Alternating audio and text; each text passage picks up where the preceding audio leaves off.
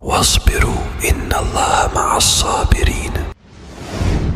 xam ngeen ne yonent alayhi salaatu wasalaam bu ñuy wax wóolu yàlla rek dañuy dellu ci moom pour jàngale lan mooy wóolu yàlla. bés ñu ngi leen koy nettali ne ànd na ak kan Ababakrin Siddiq yéeféeri Makka yi topp leen lan lañ soxla ci yonent yàlla Muhammad mooy bopp bi. lan lañ teg ci bopp yonent yàlla Muhammad téeméeri dinaar lañ ci teg. lan lañ teg ci bopp yonent yàlla Muhammad ku ko andi téeméeri géléem. lan lañ teg ci bopp yonent yàlla Muhammad ku ko andi jigéen ji dàq ci mag yéeféer yépp fëx gàccoo seeni jaasi war seeni fas di dàq yonent yàlla Muhammad sallallahu alayhi wa sallam. keroog yonent yàlla Muhammad ci wax la lan mooy wóolu yàlla bi mu àndeek Ababakar ba ñu dugg ci alxaar mooy ci xuntuma Abubakar tiit na lool nag nit kese la xol la amee tiit na lool waaye lan la ko yonent bi dëfale mooy lan nga xam yow Ababakar ci ñaar ñoo xam ne yàlla mooy seen ñetteel. lan nga xam yow Ababakar ci ñaar ñoo xam ne yàlla mooy seen ñetteel mu ne ko xanaa ñu mucc mu ne ko laa tahzan inna allaha maana. loolu mooy yaqiin